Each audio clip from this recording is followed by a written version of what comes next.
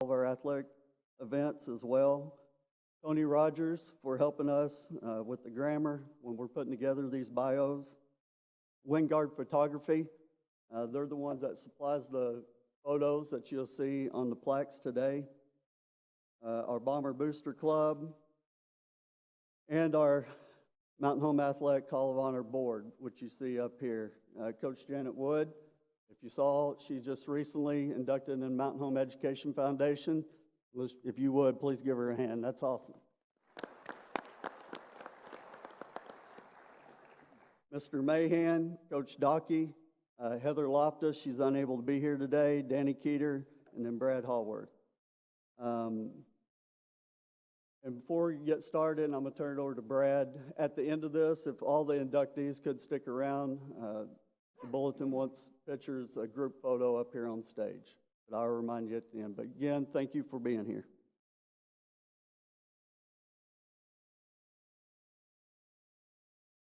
First, we want to start by introducing the past inductees that are here today. So if you're here when we call your name, if you would stand up, please. From the class of 2011, Vernie Harris.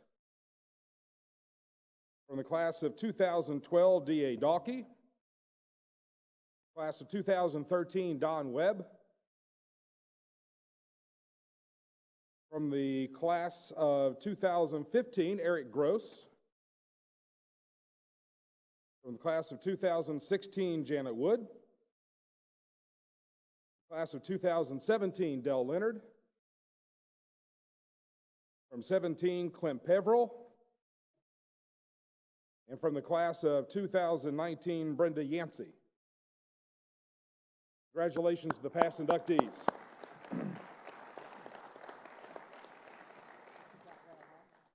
Oh, yeah, me. Janice said I had to say Brad Hallworth. And Mitch, I didn't see your name, but one day. We've got a very deserving group of individuals being inducted here today. We also have Terry King, so we're I got more for you, Terry. Yeah. We'll let D.A. Dalkey get things started with the introduction of Coach Lefevers.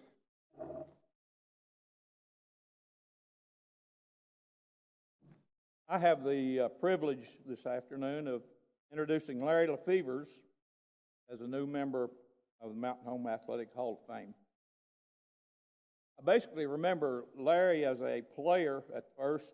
My first memory of Larry was when he played basketball at Marshall High School.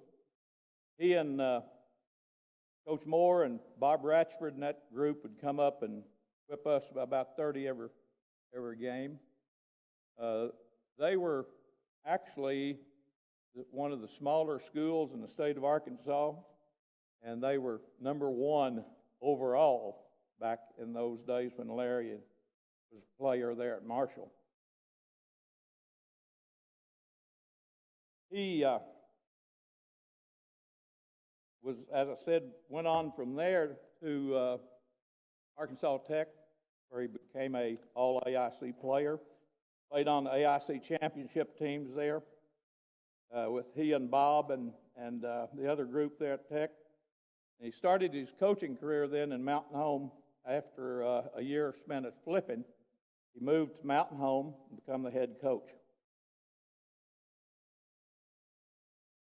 The 17 years that he spent in the Mountain Home school system as a coach, he won 275 ball games and went to the state tournament 11 times. He was selected by his peers to be the head coach of the high school all-star game in 1979. He's also an assistant once. He coached actually baseball also, and his first baseball team was second or runner-up, second place in the state. He was named the Coach of the Year in baseball. We have a couple of his players that played for him on that are in the hall. Gary Pitts Phillip, Arnold both played baseball and went on to play college baseball. He also coached the first senior high girls basketball team when they started basketball playing again at Mount. And they were 12-3, and one of his players, Belinda Baker, went on to play at Arkansas Tech on a basketball scholarship. I remember personally the good times that the Lefevers, Sharon, Lance, Leslie, and the Dalkey family, Anna Jean, David, and Doyne and I, we had a lot of good times. We lived in the VIP section of Mountain Home. I don't know if y'all remember the VIP section. Most of you probably do not remember. On College Street, the Corps of Engineers, back when they were building the dams, had some small three-bedroom homes. I mean small bedroom homes. And they were moved over on College Street across from the Alumni Association building there on College Street. Those buildings have been removed, probably from termite inspections and so forth. But anyway, the superintendent lived in one house on the corner. The principal lived in the house on the other corner. Coach Lefevers lived on one corner, and my family lived in the other house, the VIP section. That was part of the coach's salary of free housing. So we got to spend a lot of time with the Lefevers, playing cards and eating cheese dip and spending a lot of time together. I had some great times there. I know Coach Lefevers would love to have been here today, but he and his family have numerous health problems, and he felt best that they not venture up here with the COVID and so forth there. So he felt it was wise to not come, but I know he would love to be here. But it gives me great pleasure to welcome Coach Larry Lefevers into the Mountain Home Athletic Hall of Honor.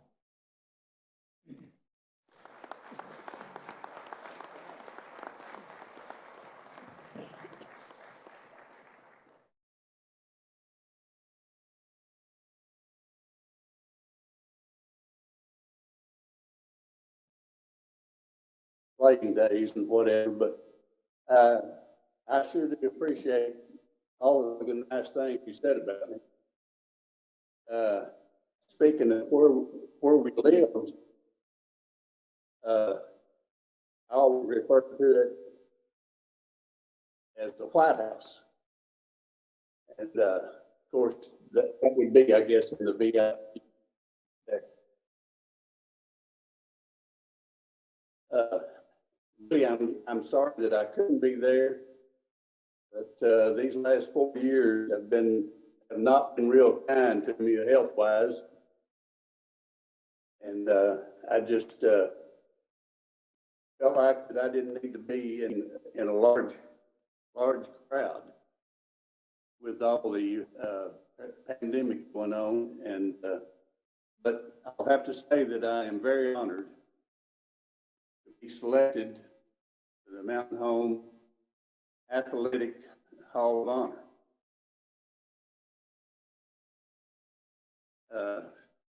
Kind of give a little more information on how I got to Mountain Home. After the year that I spent in Flippin, I called Coach Bishop to find out if he knew of any openings that in basketball that I might be interested in, and he indicated that Mike Dungan was the junior high coach at that time, was going to have to go serve his country in the military, and he was looking for a junior high coach. And I thought, well, that's just exactly what I would like to do, just to get to move. And so I was hired as the junior high coach at Mountain Home to coach under Coach Marvin Bishop, who had just won a state championship the year before. And during the summertime, after we had moved to Mountain Home, Coach Bishop took a position at UCA in Conway as in the athletic department down there. And since he had moved on, well, the Board of Education decided that they would just move me up to the senior high coach and decide on who would coach the junior high after that. And so that was how I became the senior high coach at Mountain Home. And I coached there for 17 years, which is longer than I've ever coached any place else since then. And I'm very appreciative to the Board of Education for the opportunity that they gave me to coach in Mountain Home, and to Mr. Dean Hudson, who was a superintendent at that time. During those 17 years, as Coach Stalkey told you, that we had a winning record of 275 games and 201 losses, which turned out to be a 58% winning percentage. And we only were below 500 5 of those 17 years. And in about 2 or 3 of those games, we were maybe two or three games just short of being 500. And we also made it to the state tournament 11 of the 17 years. And as Coach Dalkey told you, I was selected a couple of years to coach in the All-Star games. First year in 1972 as an assistant, and in 1979 as a head coach. The first year that Mountain Home started girls basketball, I agreed to coach, a short schedule, which we played 15 ball games, and we won 12 and lost 3. And that was one of the most, I guess, frustrated I ever got in coaching.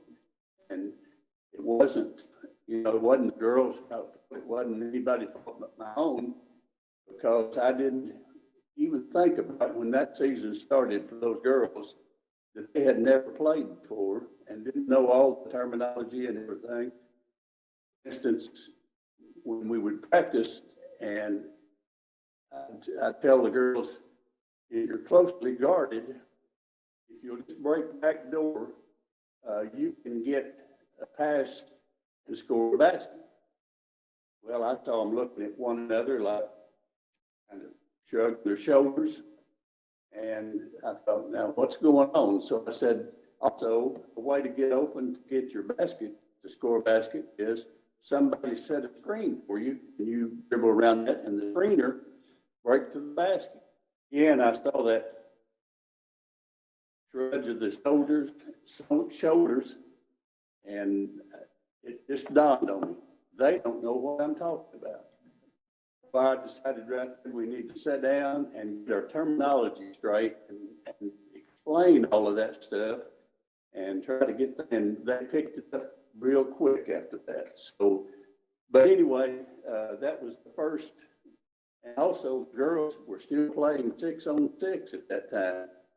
They 3-on-3 on one end and 3-on-3 on the other end. And of course, I had watched a little bit of girls basketball, but never really picked up on all of the preparation that needs to go into the offense and the defense and everything like that. So it was an interesting year. Also, along with my coaching duties in basketball, I also coached baseball. And during those those years that I was coaching baseball, there was one year, and I don't remember, of course, my memory is getting bad anyway, but I can't remember what year it was, but we did go to the finals of the state tournament one year, and as DA said, I was selected as the outstanding baseball coach in Arkansas that year, and that was a real great honor for me. Even though I had a really good bunch of baseball players that year. I don't remember other names. I remember Pitts and Gary Pitts, Phillip Arnold, J.C. Arnold, Gary Walker, and a bunch of good baseball players. Also, during my tenure in basketball, there were a lot of people that were, that helped us to be success.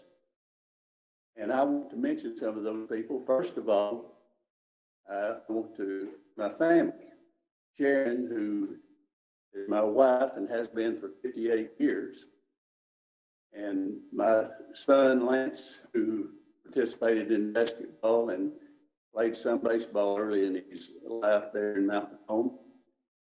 And for my daughter, Leslie, who was a cheerleader, and they have supported me no matter what the circumstances. Not just at Mountain Home, but through all 30 years that I have coached in the high schools. The first year that I was at Mountain Home, when I moved up to the senior high, well, that kind of left us without a junior high coach. And at that time, Frank Graham had been hired as an assistant coach in football under Russell Sims. And Frank agreed. I think he had a little basketball experience. And he agreed to coach the junior high. Then after 1 year, then they hired Coach John Bogart, who spent several years at Mountain Home and had quite a bit of success in the junior high ranks. And then after Coach Bogart, then hired Coach Dwayne Grigg to coach the junior high.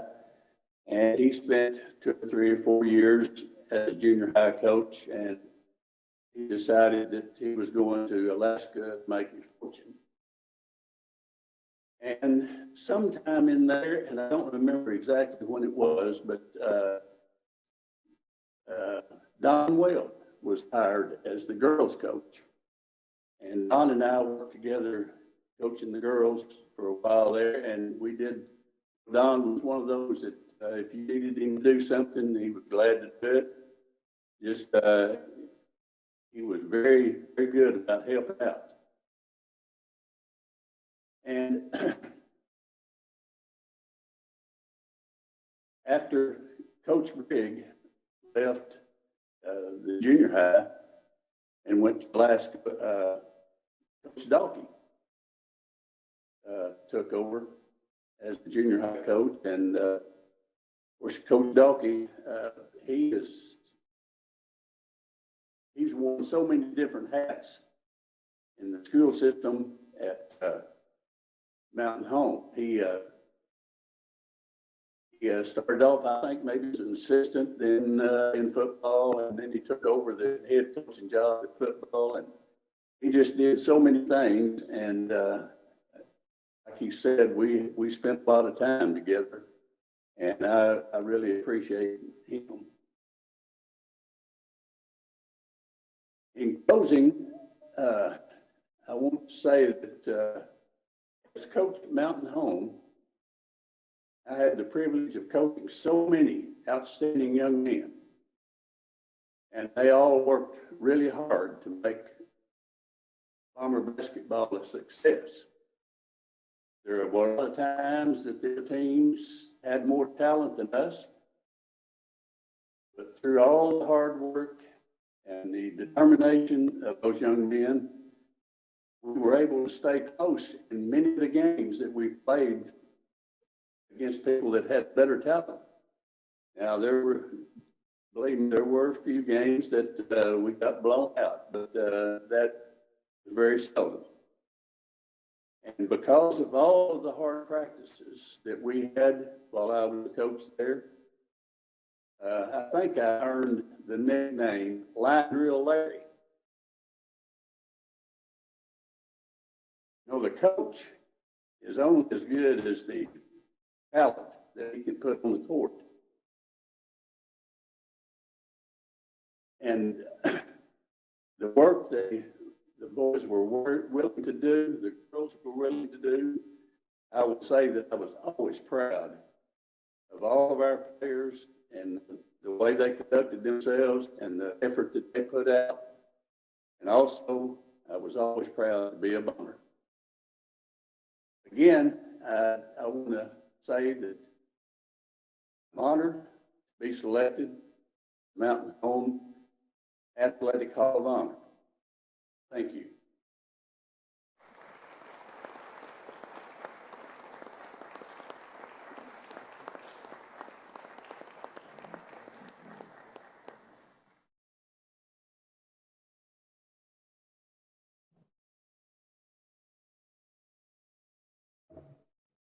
Okay, our next inductee is Terry King. Terry King graduated from Calico Rock School District in 1966, where he was a member of the Calico Rock Pirate basketball team that had a record of 33-3. He was inducted into the Calico Rock Hall of Honor in 2004. After high school, Terry attended college at the University of Arkansas and then completed his degree at the University of Central Arkansas, where he received a Bachelor of Science in Business. Terry and Gay Bennett were married in 1973 and moved to Mountain Home, where they had 2 children, Amanda and Ben King, who provided them with 3 wonderful grandchildren, Madison and Gabriel McGinnis and Allie King. Gay taught almost 40 years in the Mountain Home School District. Terry has been actively involved in the Mountain Home Bomber football team as a public announcer and has been the clock keeper for our Bomber basketball team since 1985. Terry has been a family friend for many years and has told me many stories about my uncle. As a coach,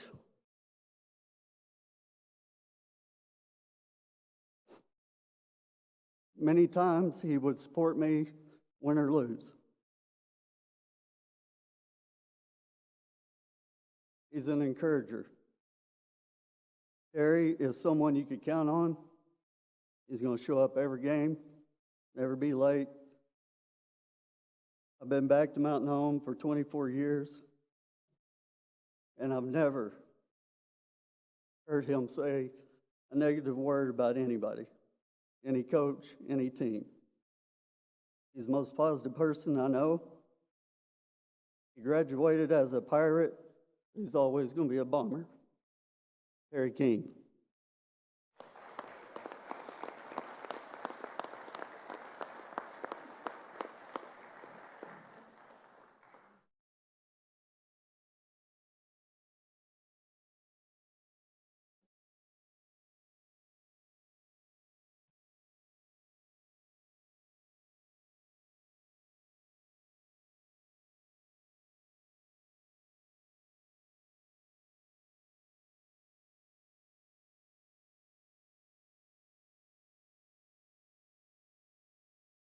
This is going to be fun.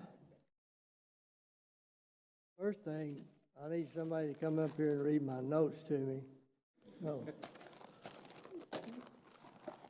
No, I was thrilled when I found out from Mitch that being inducted into the Bomber Hall of Fame, Hall of Honor, excuse me, and it is an honor.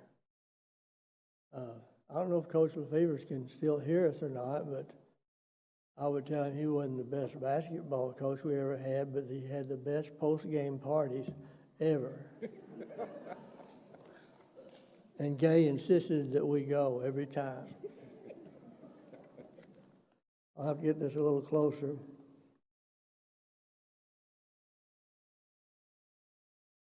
Oh, and Mitch, he mentioned his uncle, who was my best friend growing up at Calico Rock. This says a lot about Mitch. His uncle's name was Frog. So I think I was in the 5th grade before I knew his real name was Donald, which his sisters insisted we call him. So, of course, they weren't always around. So BFF for me is best friend Frog.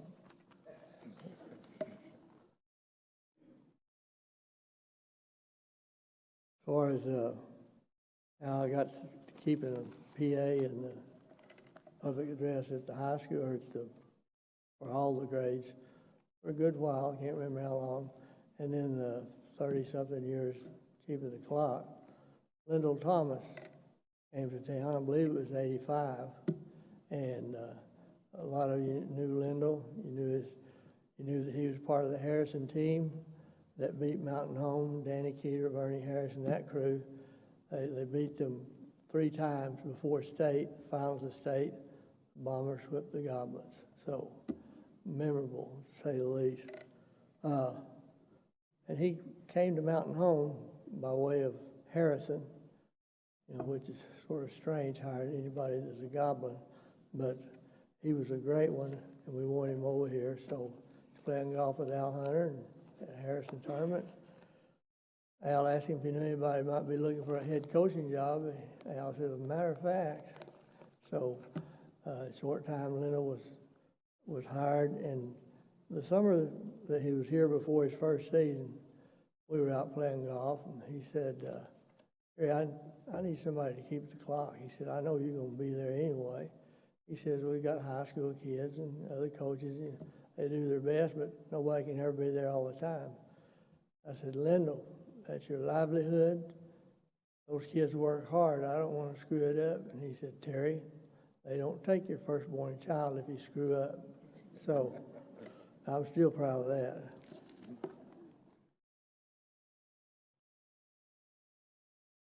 Most of this, I hope, is not about me. I remember first year or two, I kept the clock in the old gym. I had to be at a meeting in Little Rock and missed most of it. Danny Ward sat in for me, and I was listening to the game on the way home, and it sounded like it was getting louder and louder. And we were playing Harrison along the end of the game, and Danny did what all of us have done at one time or another. He started putting Harrison's score on our side. And you could hear the rafters rattling the time I got there. When I got there and that game was over, went over to Keith Smith, who was keeping the clock. I said, what happened? He said, I just put up there Danny just put up there what he saw. And I asked, he said, but I can tell you, when such an uproar and they stopped the game, Ward leaned over to me and said, what is the score anyway? So don't ever try to sweat Danny Ward out. He'll beat you every time.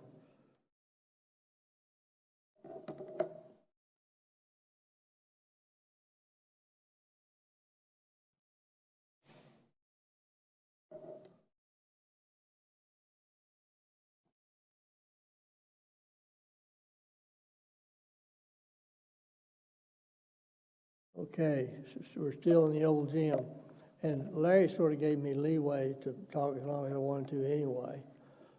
So it'll be a while. This is just the first page. I don't think y'all can find anything better to do today. Anyway, in the old gym, we had an official that I knew quite well stop play. And if you remember, in the old gym, the front row sat on the floor of the gym. And the official called the game to a halt, came running over to the scores table and called the coach up there. He said, that guy's got to go. I had been hearing a fan from Mountain Home up on the top row who always harassed the referee. So I just thought, well, he's out. And he said, that little guy, excuse me, little guy sitting on the front row's got to go. And he went over there and talked to the coaches. They went over and talked to him, walked him out. He was a little shorter than me and a lot older. And I thought, man, next time out, he came over. I said, Bud, did you get the right person? He said, Terry, every time I passed him, he had something to say that I wouldn't want to repeat. He said, about the third or fourth trip, I told him, you know, if you can't shut your mouth and sit here and encourage the kids, you're going to have to leave. And he said, he leaned up in my face and said, bleep, bleep. He said, that's why I blew my whistle. So he had to leave. Come to find out, he was the granddad of one of the ball players. So that didn't go over real good everywhere. I'll blame this on the lighting.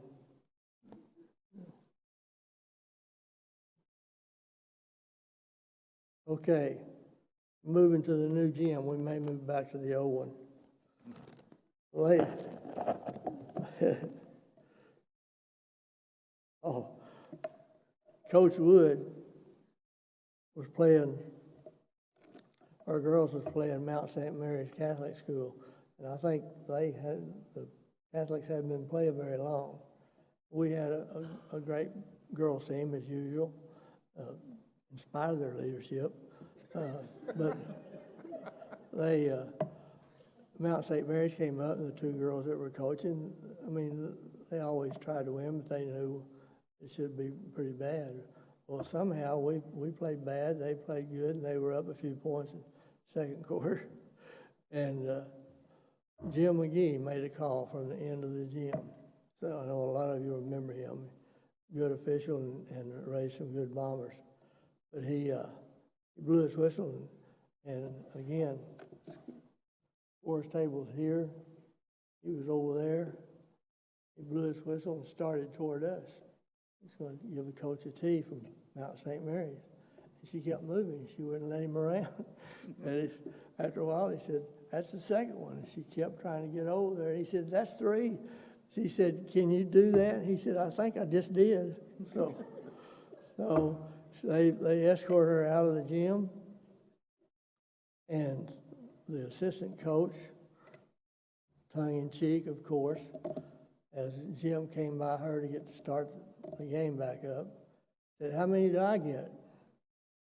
He said, how many do you think you're going to need, Coach? Never got mad. He just called the ball game and did it right. So that was when it was fun. First page. There's only 8 here, so y'all don't worry about it. Again, in the new gym, Lindell Thomas was the bomber before he came to us. And like I said, Al Hunter, the superintendent, hired him along with the board. Of course, he thought he was running the show. Not Lindell, Al. Here we go.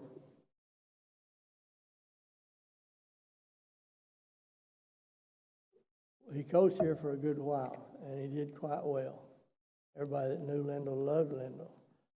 But his wife, Patty, wanted to go with the overseas program and teach and coach over there, both for the experience and, I understand, a great deal of money.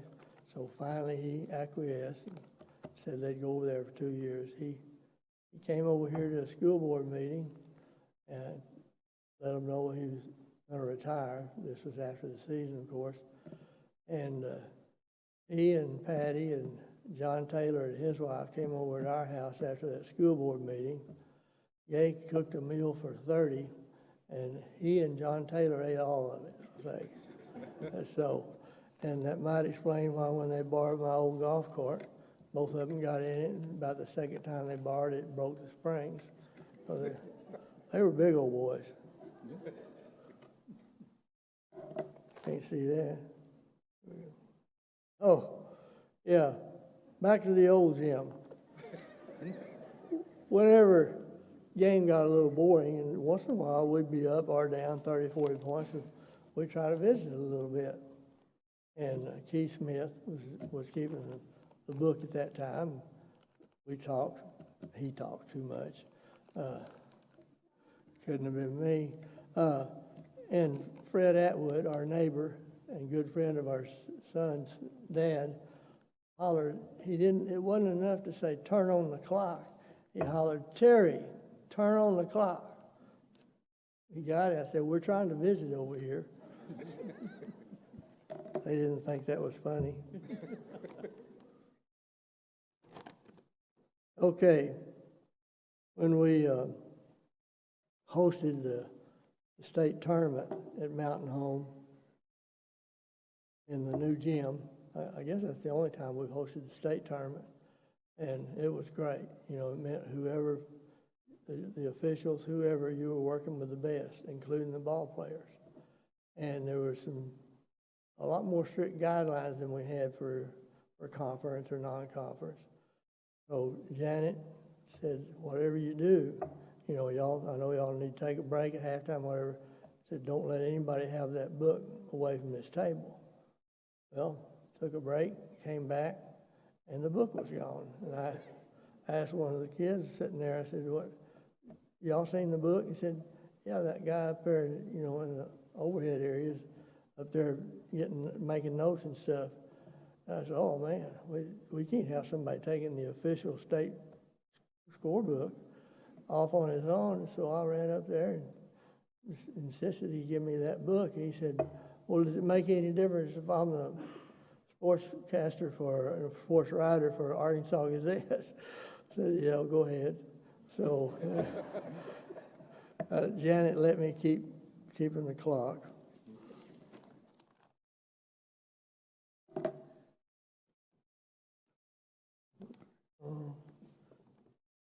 Okay, here it is. What is it like keeping the clock? We got to ask that a lot. I don't need to read the notes on this one. We were in, again, a really tight game. Debbie Atkinson, Coach Debbie Atkinson, was keeping the book, and I was keeping the clock. Got down to the last few minutes, just a few points difference. And once again, the big games always seem to be Harrison. And they had a timeout, a few seconds to go, and Debbie leaned over to me. She was with the special ed department at that time, and I was an adjuster for insurance. And we'd usually walk in and sit down when the game started. And when we came down to that probably the last play, she leaned over and she said, so this is what we do to wind down every night. So did pretty well. And we did. I know her job was tough.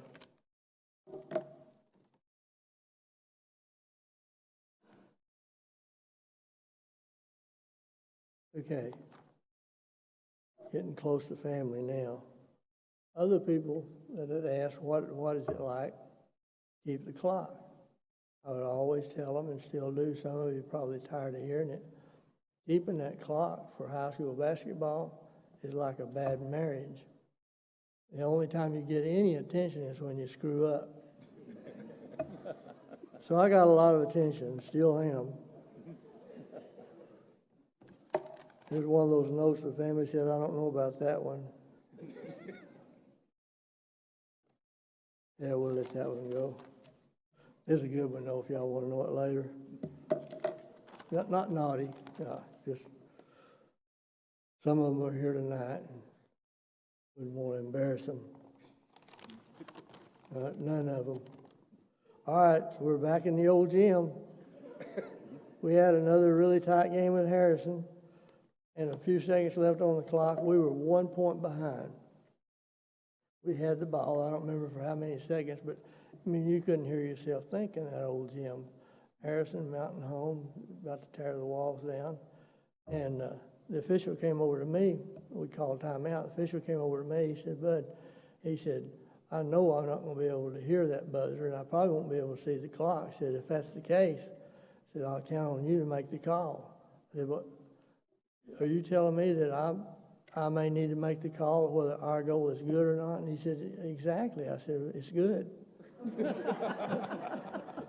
You didn't have to think on that one. No, no home clock here. We're just at home. What else we got? Oh, I had a really good skunk story to tell you about the football field. My family and friends have told me that wasn't appropriate. So y'all tell me, do y'all want to hear the skunk story when I was doing the PA? I knew they would. They probably remember it.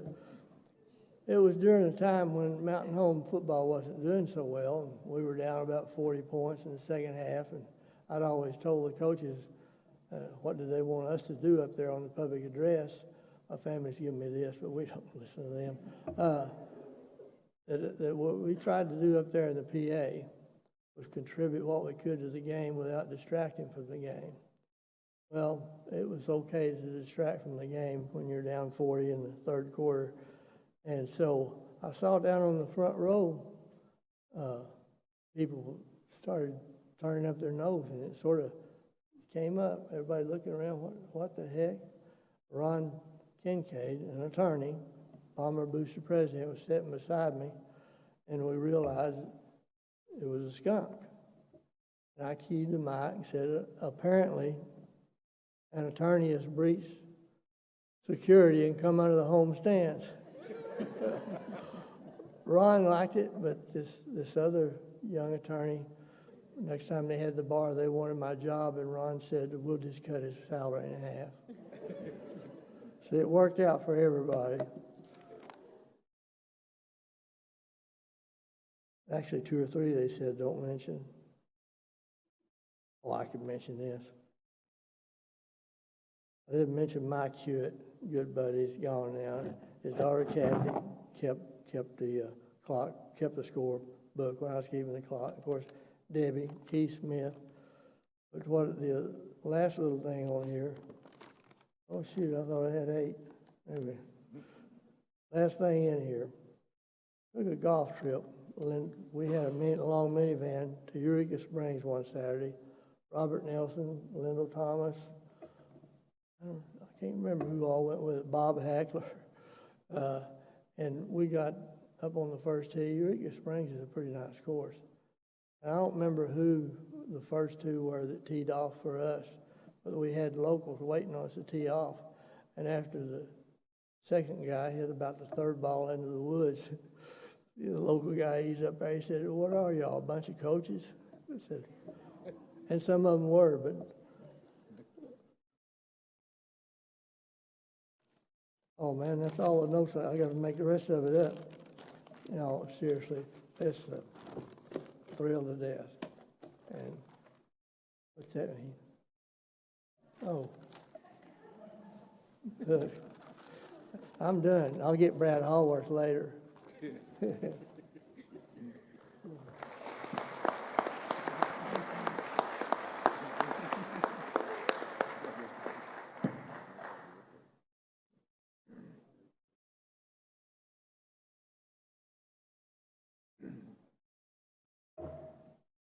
First off, Dell, your record is still intact by 12 seconds. Terry, Dell has the record for the longest acceptance speech. Terry almost got it.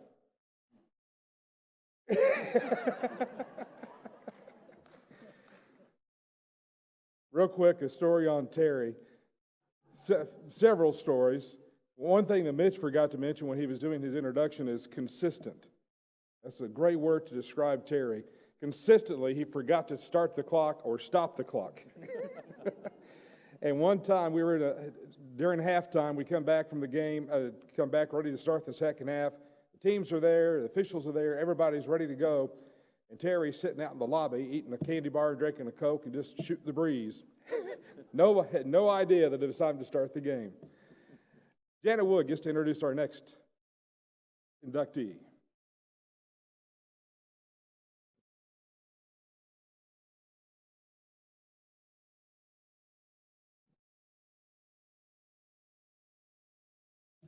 I was invited to a fish fry this afternoon that starts about 5, and I said, oh yeah, I'll have plenty of time to get there. We may have to back that up a little bit. It is my honor and privilege to introduce arguably one of the top point guards that has ever played for the Lady Bombers. I believe the reason that I'm fortunate enough to be in the Coaches Hall of Fame of the state is because of Stacy Zink. They say great players make a coach, and she started my career as such a great player that she was. Stacy was two-time All-State, leading the Lady Bombers to a state title in '86 and state runner-up in '87. She was a multi-sport athlete, excelling in volleyball and track. Stacy and Lori Beck, Stacy Harris, Rhonda McGee, they still hold the 1600 relay record for Mountain Home in 4 minutes. She also made Bob Bird an excellent track coach because of that. I'd like to focus a little bit more on her basketball career. Point guards are born. You can practice all you want. You can play from a toddler on, but if you're not born a point guard, you're not going to be a true point guard. In the years that Stacy played for Mountain Home, we never had to work on a press offense.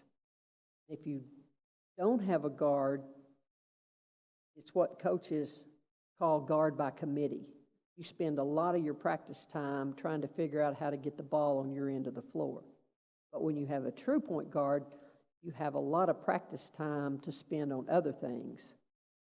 And that allowed us to work on a press with Rhonda McGee in the 1, Cindy Sanford-Berg in the 2, and Stacy Zink in the 3, 2-3. Lori Beck was in the 4 spot. She ran that half-court line, just like a center fielder. She could pick off anything, and then Stacy Harris was at the back, could read. If they tried to throw a long pass, we'd pick it off. Rhonda McGee was leading scorer because of all the steals that we made and the passes that we gave to her to score. But because Stacy Zink was so good, that allowed us time. We beat Hamburg in the finals of the state, and people said, you can't press them. And I don't know if they hadn't seen us play or what, but that's how we beat them. Stacy was like having another coach on the floor. She was feisty. She played with grit. She would take a charge against anybody. Dynamite indeed, in a small package. I'll tell you one funny story about Stacy. We used to run to the water tower. And I don't know why they shut that road off, but it's the perfect place to run. No traffic, gravel road, up and back. And while they would run, I would drive along in my car and, have the windows down because it's real hot. And I'd have my air conditioner going, and I'd have George Strait playing on the radio. Well, one day, and I used to tell them all, this is character building. This builds character, team bonding, you guys running up there and back. Well, one day I didn't follow them up there, so I was waiting. And about 16 minutes, nobody was there. Stacy was always the first one back. Took about 16 minutes. Well, nobody came, so I waited. And then about 20 minutes, nobody. I'm thinking, where are they? And it turned out I got a reverse character building. So at about 22 minutes, here they all came. They're soaking wet. They're drenched. Come to find out, they had stopped at Hugh McLean's pool. I don't even think they went to the water tower. They stopped in the pool, and all of them went for a swim to cool off. And I know Stacy, the leader that she was, it was not her idea. It was Wendy Briscoe, I'm sure, if you knew her. But Stacy, being the team player and building character, she joined right in there with them and jumped in the pool. But I'd like to introduce the newest inductee to the Mountain Home Hall of Honor, Stacy Zink Wilkie.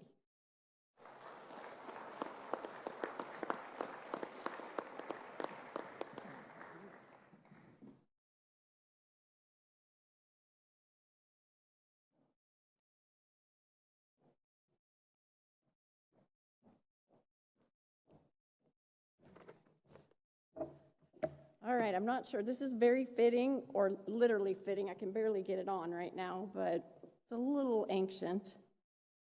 First and foremost, I'm so honored to be standing here today representing the Lady Bombers. When Coach Wood asked me to say a few words today, it was a no-brainer for me because of what the community has meant to me and the school. I'm fortunate to have a lot of people in this audience, family, friends, and people have been with me throughout my journey here. Without these people in my lives, I would be nothing today. A little bit about me. So I am in Kansas City. I reside in Kansas City. I'm married to my husband of 22 years. I have 4 wonderful children, Brett, Kyla, Megan, and Ryan. So I'm employed by IBM. So do any of you watch Jeopardy, the show Jeopardy? You know Watson? So if you do watch Jeopardy, IBM's famous for Watson, who competed. So I'm not sure if many of you know really where I started my love for basketball. I don't even know if you know this, Coach, but we lived in a home, and the backyard was all grass at one time. Well, I don't even know what grade I was in. I was young. I had to be, I don't know, 7, 6, something like that. Just a tiny little blonde girl. So I had my dad put up a basketball goal in the backyard. And I literally wore the grass out. So it was no longer a grass yard. That whole backyard was just dirt. So Dad, I'm sure you thank me because you had less grass to mow, right? And matter of fact, my uncle who's here today and my dad, I think we played some one-on-one. I'm pretty sure I beat you both. And I was pretty young, right? So anyway, so that's where it just continued from there. I don't know where I got it, but I was out in that backyard every day. That was where I made home. And all of you know I've played on the championship basketball team, the state, and also on the state relay team. But throughout my sports experience here in Mountain Home, I can easily say I've had the best coaches and the best teammates you could ever ask for. They were extremely talented. They've made me who I am today, and I'm very fortunate for that.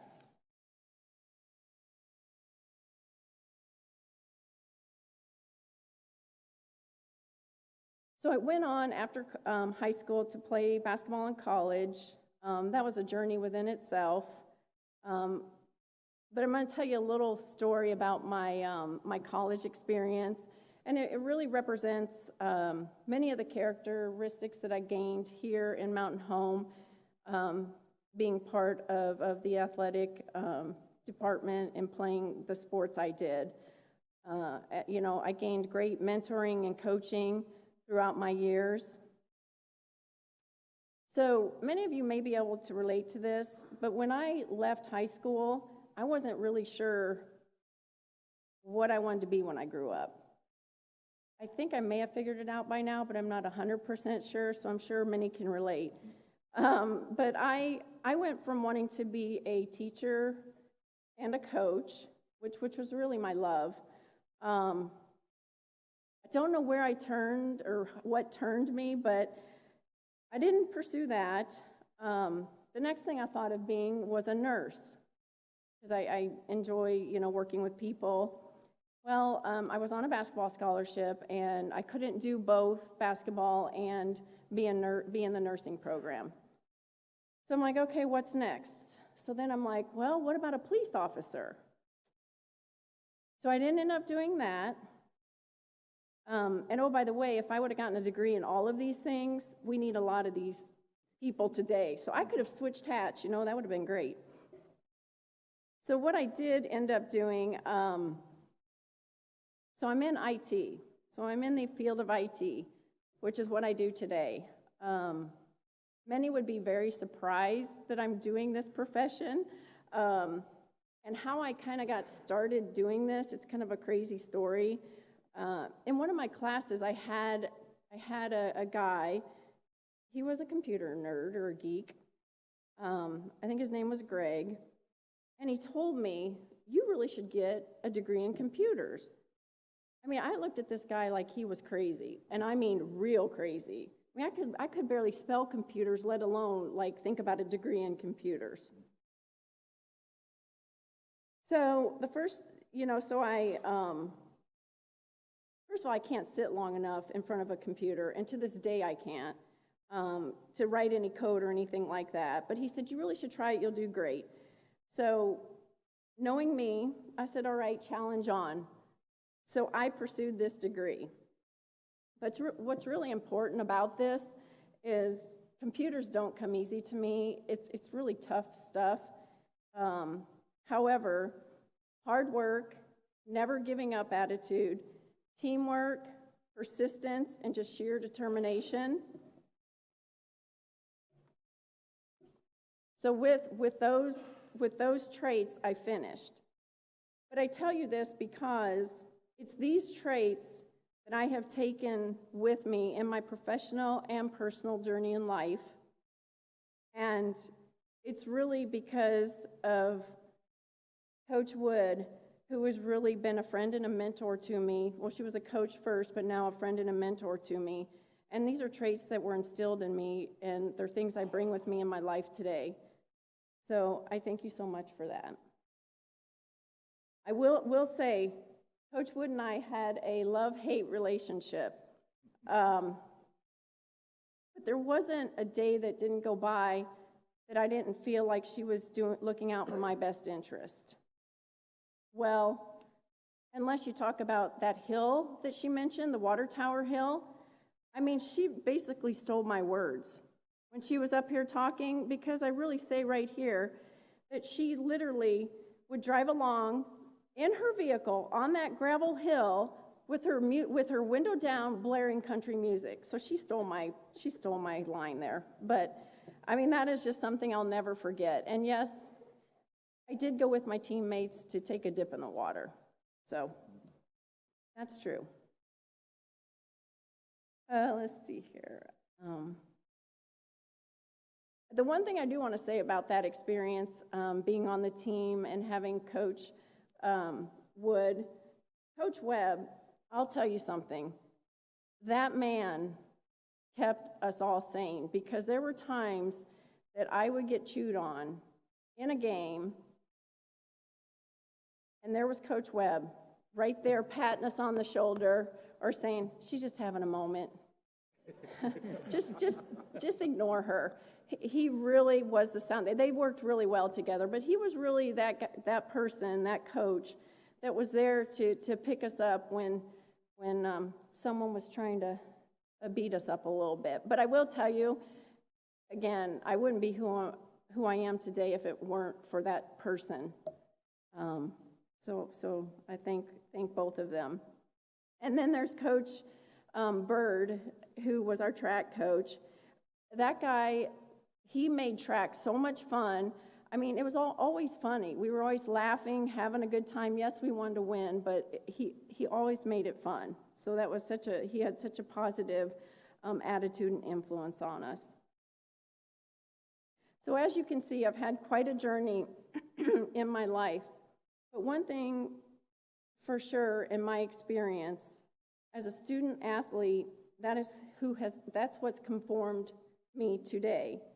And although, I don't live in Mountain Home anymore, this place still has a place in my heart, and I still love it here. So I'll leave you with this. All it takes is one person to have a vote of confidence in you. Thank you, Coach Wood, and all those who have made a difference in my journey. I praise all the educators and coaches out there today. One thing I would say is go out there and make a difference in one person's life. And thank you for this nomination. I'm very blessed.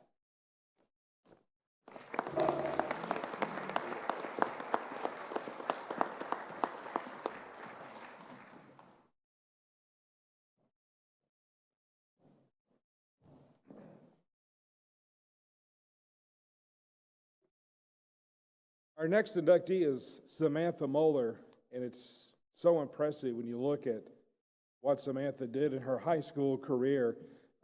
Obviously, the most decorated athlete that's ever come through Mountain Home, when you look at all the state championships that she she won over a 4-year period, freshman through senior year. It's something that we may never see again. It's just incredible.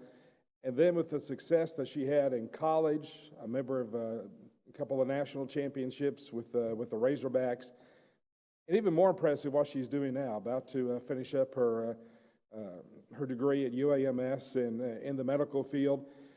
One thing that Samantha, I think Neil will from the bulletin will agree with this, it was difficult writing about Samantha because you can only say Moeller wins a race so many times. You have to find different ways to say that. And it was an incredible run in all the years that a lot of us have been associated with this program. We've never seen an athlete that reached the heights that Samantha did, cross country, track. And we talk about the state championships, but what an incredible swimmer she was as well. And what she did for athletics at Mountain Home is something that's never been matched and may never be matched again. Just an incredible record and very deserving Samantha Moeller.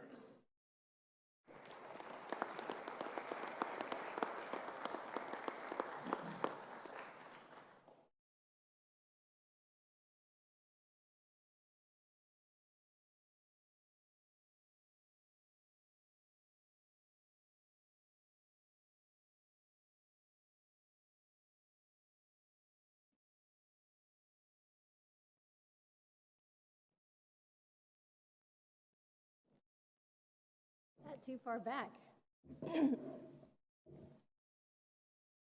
So when I got the call from Coach Husky saying that I was being inducted into the Hall of Honor, I sat down and I started thinking about what I was going to say and how I might adequately express my thankfulness. But soon I realized that my homegrown Arkansas dialect was no feat for the challenge that I had. Therefore, I brought some props. Coach Leonard, I'm coming after you. We'll start with page 1. I'm just kidding.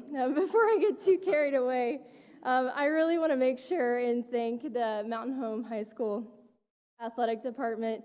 I really am just so very honored to be up here today and receiving this award.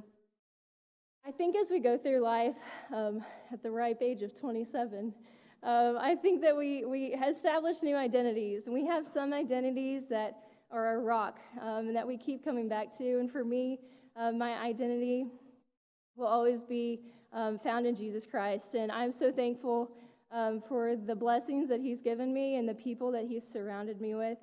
And it's really these people that allowed me to do what I did in high school. And they're the same people that encourage me day to day. So out of these people, I want to make sure and recognize them today, and I'm sure that I'll miss individuals and teammates. And I want to start with my church family. The Seaballs are back there, and late Miss Faye, as well as Miss Becky Baker. I don't know if you guys actually saw this. These are not my notes.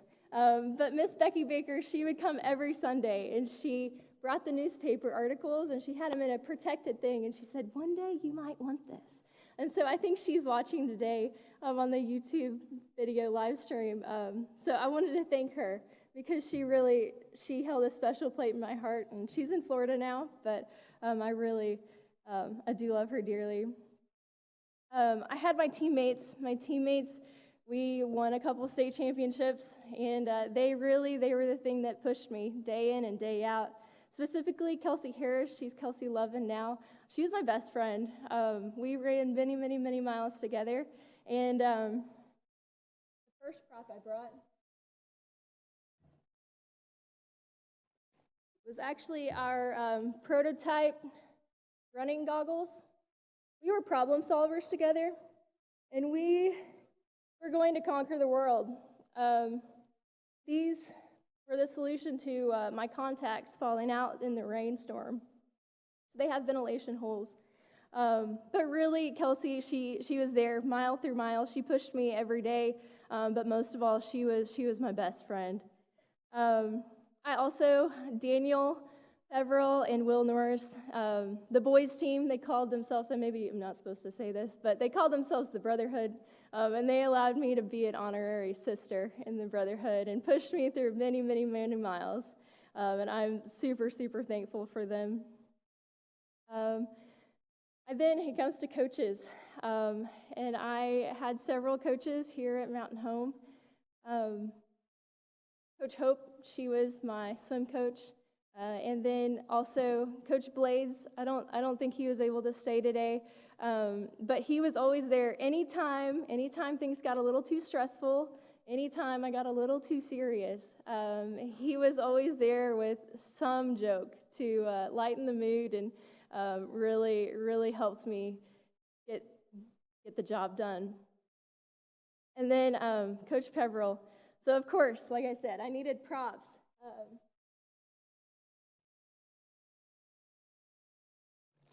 When I was in 8th grade, Coach Peverell, he sat down with me, and I had goals, and I thought I really liked running and wanted to run fast one day. And he sat me down, and he said, okay, like, if you want to do this, you have to set goals. And he taught me how to set goals, taught me how to identify. He called it the big rocks. And so you imagine a fish tank, and you fish tank, and you can fill it with all the sand that you want. But if you don't put your big rocks in first and figure out what your main priorities are, then you're never going to be able to fit everything in. So Coach Peverell actually gave me my first running trophy. This was his. And I remember, and I will never forget the day, he sitting down with me and saying, you can do big things, but you have to work for it. And so this was something that was special to him, and it's even more special to me now. And like I said, it was my first trophy. He also, if you really know me, you know that I hang on to everything. So Coach Peverell and I also had this thing where we collected rocks. And so I have a precious rock collection of the rocks over the many, many years, and Coach Peverell would pick them up. And although this may just seem silly, like, why did you bring a pile of rocks to a award ceremony? That it's really, these are just a tiny token of the things that Coach Peverell gave me over the years. And it really, I attribute to, I even wrote about in my applications for residency. He taught me how to goal set. He taught me how to figure out what I wanted and figure out how I was going to get there. And finally, I want to thank my family. A lot of them are in the back. My mom, every race, she made sure that I had my hair braided in 2 French braids. They were the perfect tightness, and we'd wake up early every time. But more than just French braiding, my mom, she coached a lot. So she coached in swim and cross country, and so she was there to make sure I didn't get out of line, but was also there anytime I needed a good hug. My dad, he is sometimes a man of few words, but it never felt better than to finish a race and to have one of his big hugs say, "Good job, sis." And my grandparents, my grandma, anytime I got upset, which happens sometimes, she always was the first one. She'd either pat my head or she'd pat my leg. She'd say, "Cheer up, Buttercup. It's okay. Don't worry your pretty little head over it."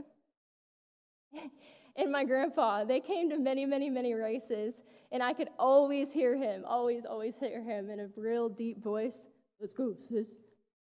And although, I can't, like I said, I can't fully express my thankfulness for all of them. They're my rock, and they really do. They've been through the valleys, and they've been to the mountains, and I love them dearly. So, like I said, I am just so thankful to be here today. And really, Mountain Home, it's something, when people ask me where I'm from, I say, get the state of Arkansas, fold it in half, and go to the very top.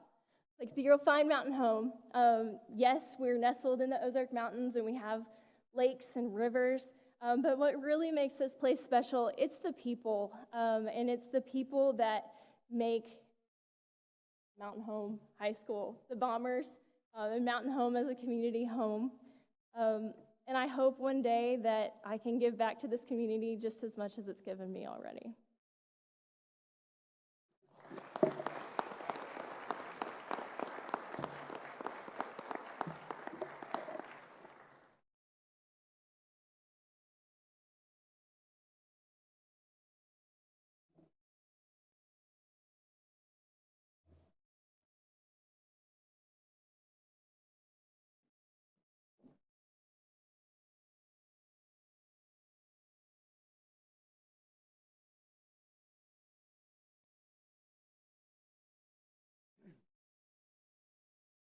All right, Rick Mahan gets to introduce our next inductees.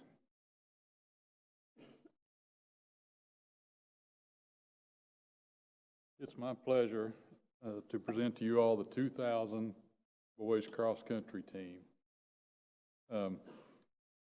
This cross-country team is not unusual, not surprising to understand what that team went through and accomplished in the year 2000.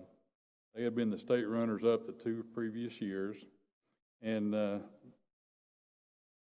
the first time in its young tradition, the Bombers sprinted out of that second-place shadow first with a perfect score at the Peverell Invite, placing 1, 2, 3, and 4, and 5 for a perfect score of 15.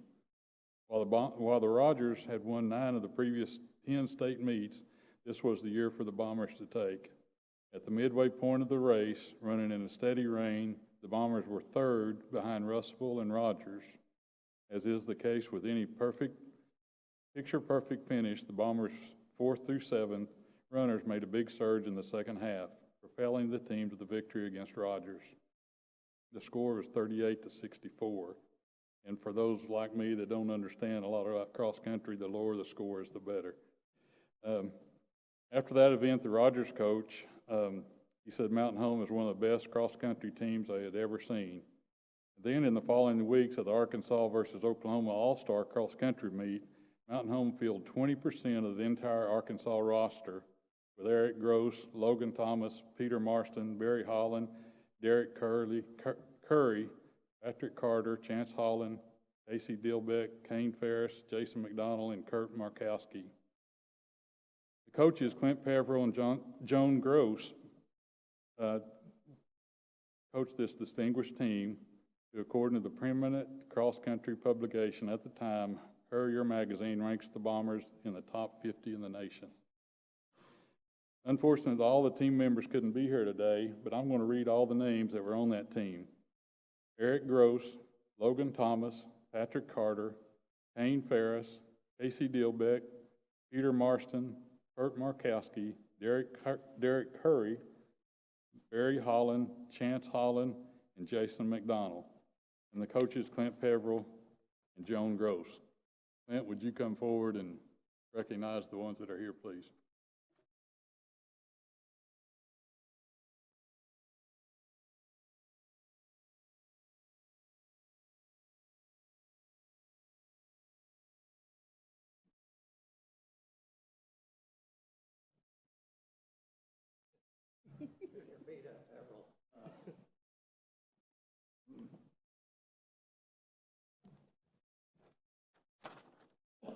Now, some years ago, Janet Wood was sitting right here, but a lot closer. We were in the cafeteria, and I don't know, I must have been going on for quite a while. I kept feeling something like pulling on my pant leg or something, and she kept like you're going over time, you know, and kept pulling it. So I'm glad that we've separated a little bit here, because I've got 9 pages, Mr. King.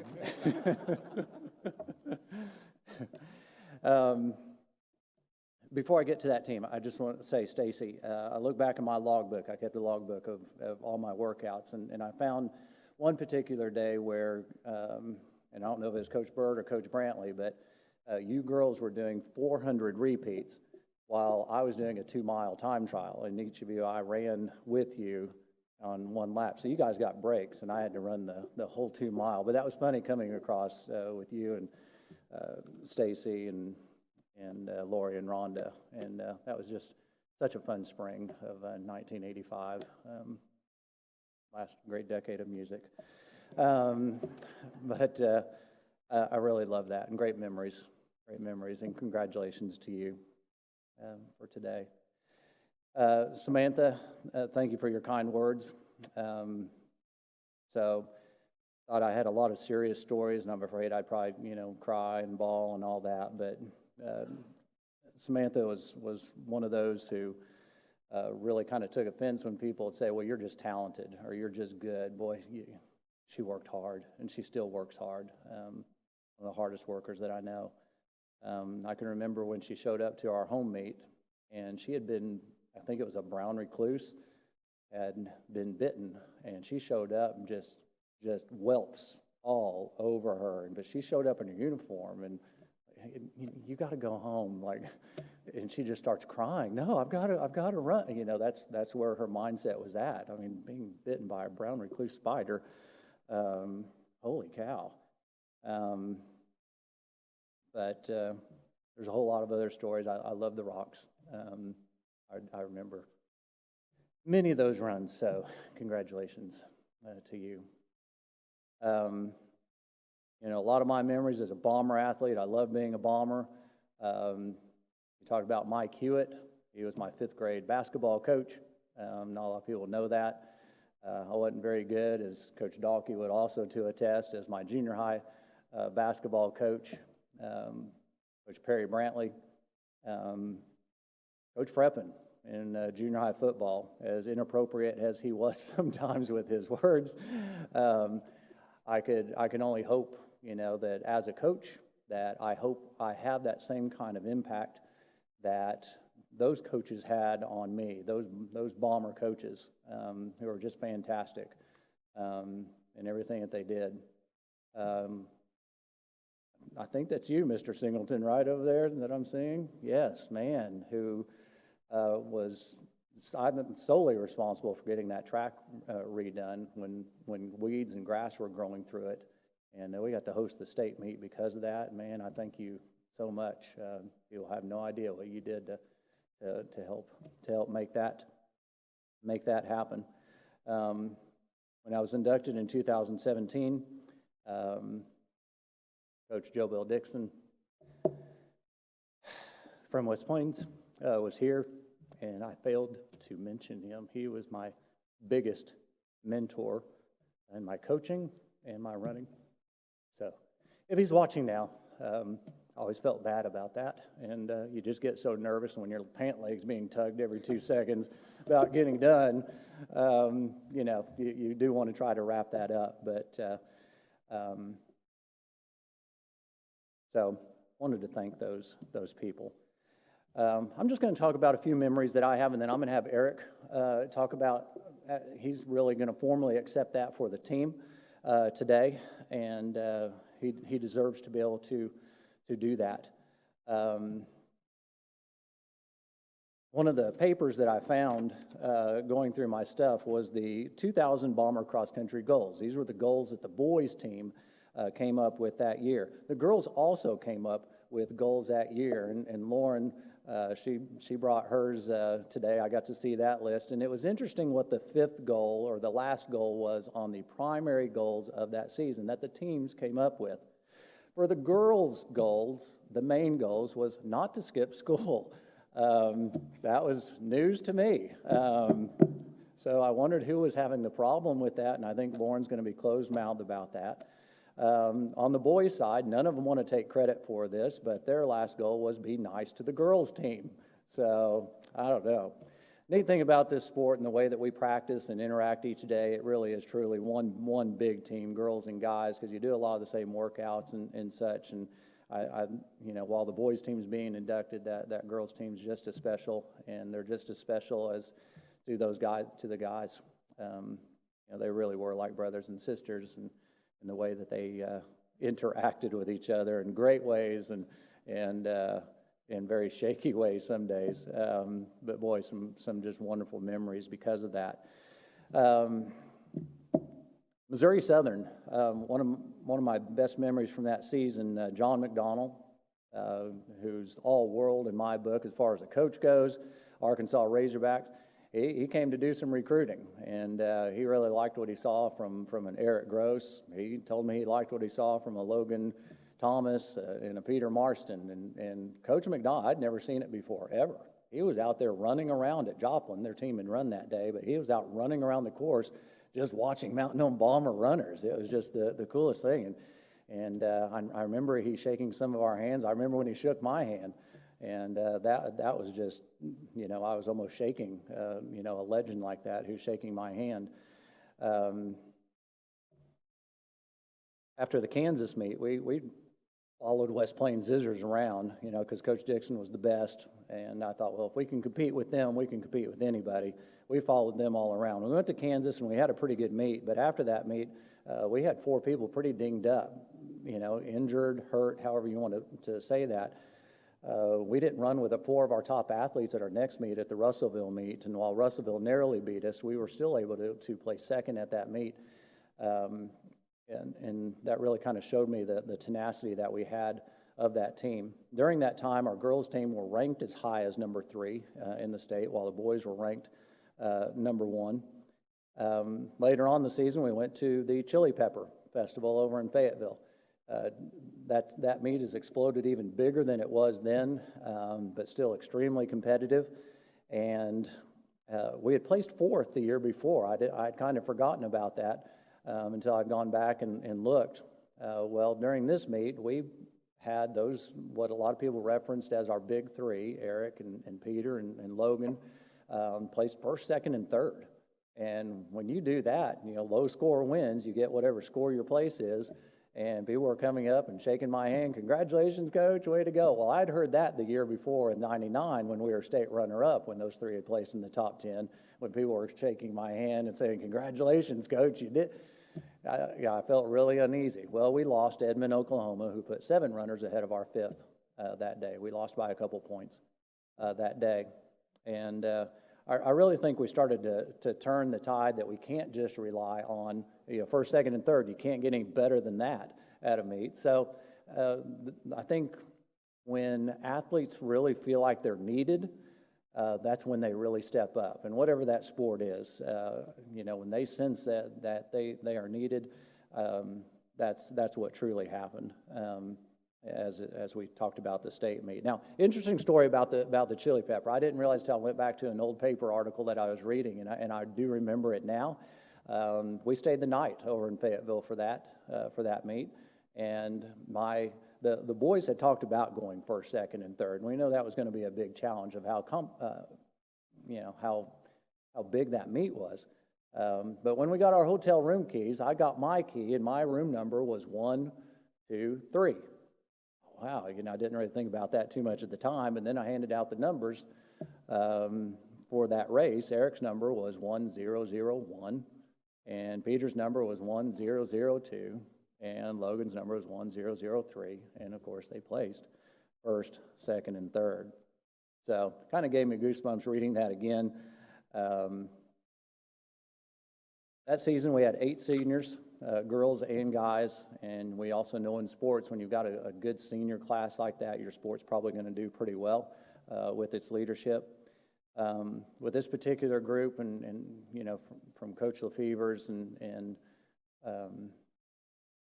you know, those types of athletes that, you know, make a coach look good. These guys and gals made me look really good, probably better than I was. But I knew what quality kids they were based on their interactions with my own sons, with Daniel and with Ryan. Eric, after he had raced a hard 5K or a hard mile on the track, whenever Daniel happened to be at a meet when he was little, Daniel always wanted to challenge him to a race, and so they would race 100 meters, and I still got great fond memories of that they felt so comfortable with these boys and girls from the team. Such an outstanding group. Now, with that boys team, they got 1st, 2nd, and 3rd at the state meet on that rainy day. And I always keep score. I carry around a little card, and I'll keep score. I knew what place we were in about the halfway point, and maybe I was in a little bit of panic, but those of you that know me, I can scream really loud and be the loudest guy out there. But the rest of those guys came on from, you know, it wasn't, you know, from Barry moving up to 10th place and grabbing that last medal spot, Derek Curry placing 23rd, Patrick Carter, Casey Dilback, all those guys just continue, through the mud and the rain. It was like we were running on regular ground, and everybody was just kind of sinking into the mud, and we just made a real charge at the end, and a pretty comfortable victory when it was all said and done. Logan Thomas came up to me after the race and said, well, Coach, did we win? And I was like, based on Chili Pepper, the year before, Logan, I don't know. Oh, don't do that to me, Coach. I remember just, we just got to wait for the awards. And sure enough, you guys can remember that awards, the awards stand. So I'll introduce those guys that are here today here in a moment. I'm going to let Eric talk and accept our Hall of Honor athletic induction. I'm so thankful to this group up here, and I'm thankful to be a Bomber, and I'm thankful for all those coaches that just gave me a glimpse a little bit that I hoped I could do a little bit about what they did for me. I want to thank you very much for that. Let me introduce Eric Gross.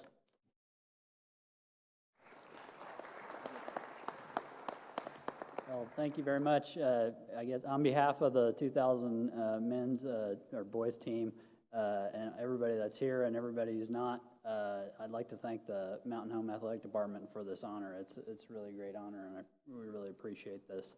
I think I hope the guys that I'm representing here agree with me, but I think it's pretty safe to say that I don't think we get that state title without Coach Peverell being the head coach. A lot of you've heard that we got runner-up the previous 2 years and that we were a good team even before we finally won. But maybe what some of you don't know is that Coach just started coaching the cross-country team at Mountain Home, the very first cross-country team ever for Mountain Home in 1996. And so within 3 years, in the best classification for distance running in Arkansas, he's already got a runner-up state team, and then another runner-up state team the following year, and then finally we get the state championship. So I think, maybe we had the talent to be runners-up, but I don't think we necessarily get that state title without Coach and his coaching, and like Samantha talked about, him helping us set goals, which is really important. And that was just a big part of, I think, of our success is what Coach Peverell brought.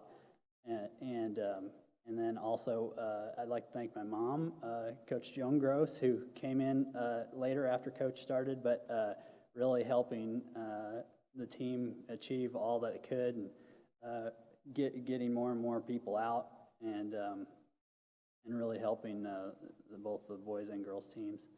And then just a lot of you've heard about the day of when we actually won, but I think we were all very confident, having been runner-up the 2 years before. I think we came in that very confident that we could do it, but like Coach said, it wasn't until we heard it at the award ceremony, and finally we won. And so just getting 1, 2, 3 isn't everything. It's definitely a team sport, and you need all the runners, 1 through 7 even, and even the non-scoring runners are very important in cross-country to displace and add points to other people's scores. Also, some other guys I want to mention would be the guys on the teams, the runner-up teams, who then graduated and never got to be part of the state team.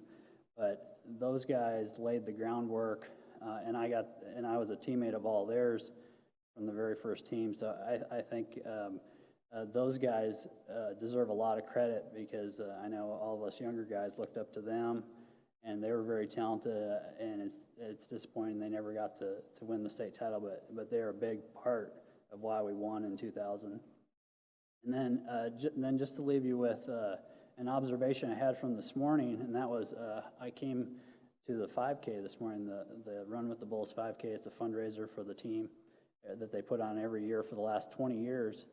And I was just so impressed at the size of the program, and there's just so many runners. I warmed up with the junior varsity guys, and I got to talk to the varsity guys at the football game last night, and there's just a really strong group, I think stronger I think, than maybe what we had, at least more people in this program now, so it just keeps getting better and better, and it's really a testament to what Coach Peverell started in '96. So again, on behalf of the 2000 men's team, I want to thank you all for this award.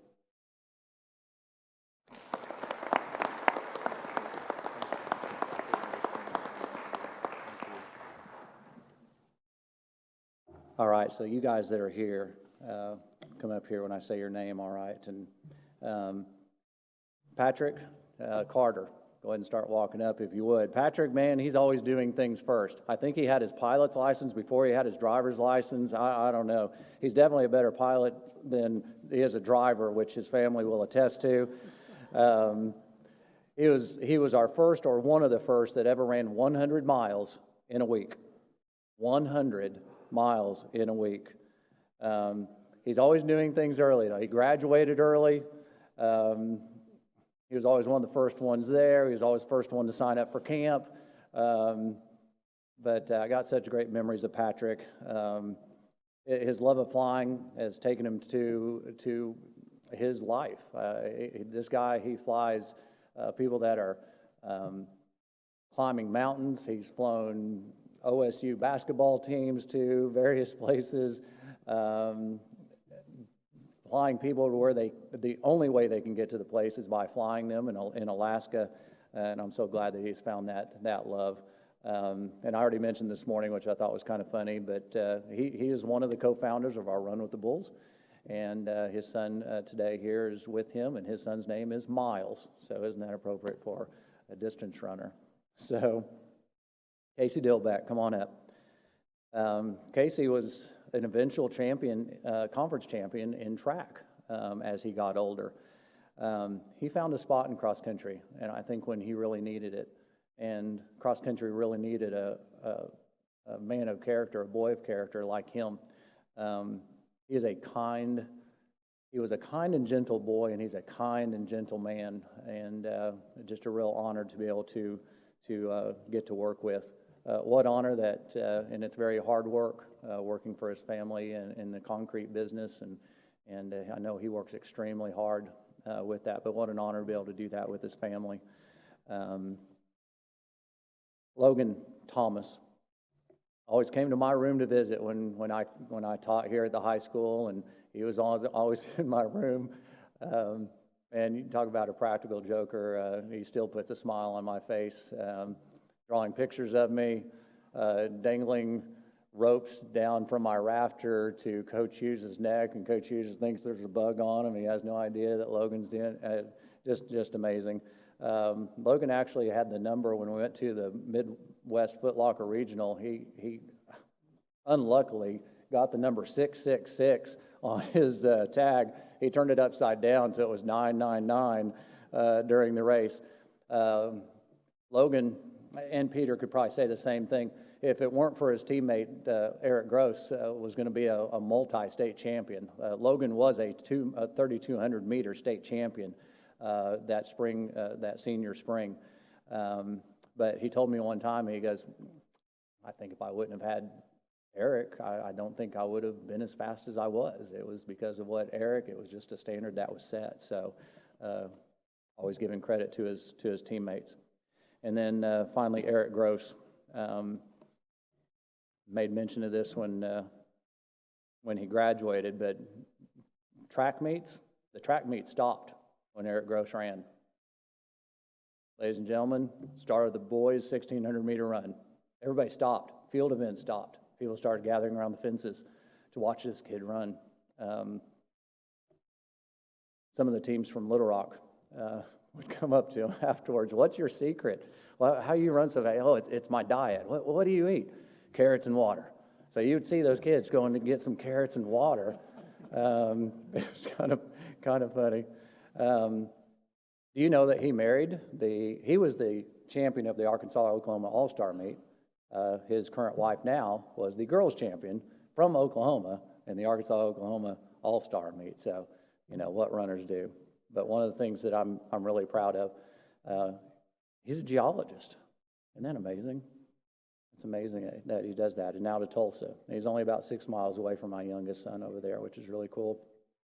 But I said it when he graduated. He is proof that nice guys do finish first, and really proud of him and really proud of you guys. Thank you so much for a great ride. You made me look good. All right, guys. Thank you.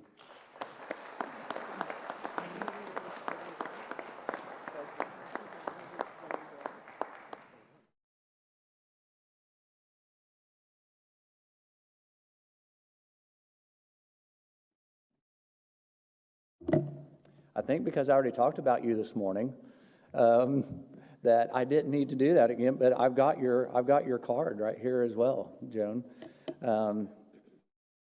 Been lucky to have really two excellent female coaches, female role models, along with Samantha Moeller's mom, Sherry Moeller, who had worked with our youngsters.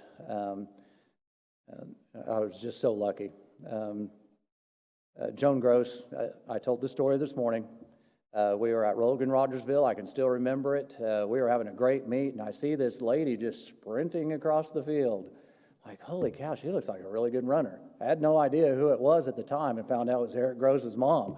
Soon after, I said, hey, would you think about, maybe volunteer coaching? Well, soon she became a teacher here at the high school and taught the medical professions class and had a ping pong table in the room. It was kind of a cool hangout for the kiddos to play, and we did too. I made mention a couple of times, and I'll say it again, that if there's a Hall of Fame for assistant coaches, she would be the headliner for that. And I can't thank her enough for all of that. So thank you, G.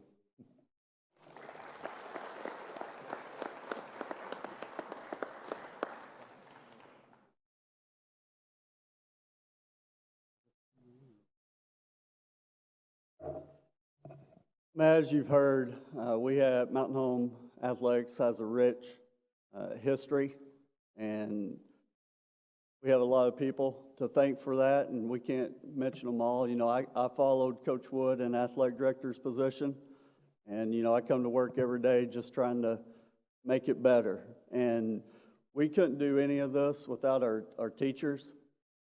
I don't know if you saw last year, we had 7 academic state championships. You can't do that without teachers. We drive, we miss a lot of class, and we have the best teachers around. They're understanding, they work with our student athletes, and then our administration. Dr. Long was here, I think he might have had to step out, but underneath his leadership, along with our school board, our facilities are getting better, they will continue getting better. And it's all because of them. So I greatly thank our teachers, admin, and our school board. But I appreciate everyone being here. This was, we'd love to be over in the cafeteria, sitting there feeding you a meal, but we didn't want to miss it, so here we are. And I appreciate everyone being here. I thank everyone. Congratulations to the 2021 inductees.